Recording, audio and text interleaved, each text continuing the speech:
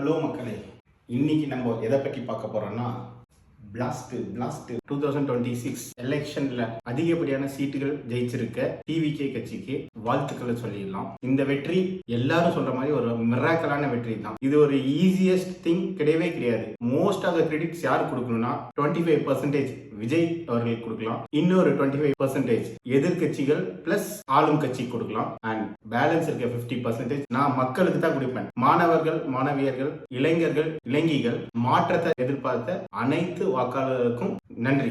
இந்த ஒரு மாற்றம் கண்டிப்பாலுமே தமிழ்நாடு எலெக்ஷன்ல தேவைப்பட்டுச்சு. மேபி நம்ம ரெண்டு கட்சி மேலேயும் என்னதான் நெகட்டிவிட்டி இருந்தாலும் எலெக்ஷன் டைம்ல ஒரு சின்ன சாஃப்ட் கார்னர் வந்துடும். ஆனா இந்த டைம் மக்கள் அதிகப்படியாக பணத்திற்கோ இல்ல அவரோட தேவைக்கோ விலை போகாம ஒரு நல்ல முடிவை எடுத்திருக்காங்கன்னு பேசுறப்போ 1000 பேசிடுவோம். ஆனா முடிவு எடுக்கிறப்ப தயங்குவோம். அந்த இடத்துல போய் நம்மள அறியாம நம்ம சில தவறுகளை பண்ணிட்டு வருவோம். ஆனா அதெல்லாம் தாண்டி இந்த எலெக்ஷன்ல கரெக்டான முடிவு எடுத்திருக்காங்கன்னு அந்த கிரெடிட் மக்களுக்கு கொடுத்தே ஆகணும். இந்த எலெக்ஷன்ல மக்கள் எப்படி ஓட் பண்ணியிருக்காங்கன்னு நினைக்கிறப்போ ரொம்ப பெருமையா இருக்குது.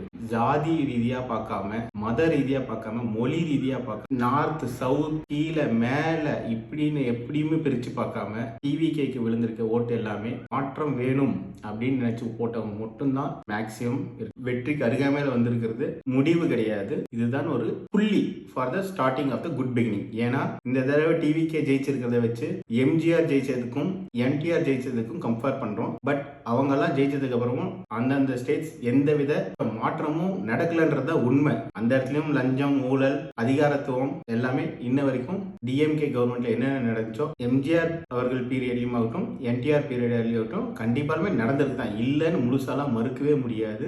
இது டிவிகே கிடைச்சிருக்க வாய்ப்பு. இந்த வாய்ப்பை அவங்க எப்படி தக்க வச்சுக்கிறாங்க, எப்படி செயல்படுத்துறாங்கன்றத பார்க்கணும். விஜய் அவர்கள் அவருடைய வெற்றி பெற்ற எம்எல்ஏக்கள் எல்லாம் சேர்ந்து செயல்படுத்தத்தான் முடியும். ஆனா மக்களாகிய நாம் எல்லாரும் சேர்ந்துதான் செயல்படணும். தமிழ்நாட்டில் இன்னைய கணக்குல 8.5 கோடி மக்கள் இருக்கிறாங்க. இந்த 8.5 கோடி மக்கள்ல ஊராட்சி மன்ற தலைவர்ல இருந்து எம்எல்ஏ, எம்பி, மந்திரி வரைக்கும் கணக்கு எடுத்துட்டா இங்க எல்லா கட்சியிலும் சேர்த்து மோஸ்ட்லி 10 லட்சத்துக்கு மேல அரசியல்வாதிங்க இருக்க மாட்டாங்க. Not even 1.5%, nearly 1.1% to 1.2% politicians தான் இருக்காங்க. மக்களாகிய நாம் பெரிய மாற்றத்தை நமக்குள்ள தனி மனித ஒழுக்கத்தை கொண்டு வந்தா மட்டும்தான் முற்றிலும் நம்ம எதிர்பார்க்கிற மாற்றம் அடையிறதுக்கு சாத்தியமே ஒழிய அரசியல்வாதிகளை பிளேம் பண்றதுனாலயோ எந்தவித பயனும் இருக்காது.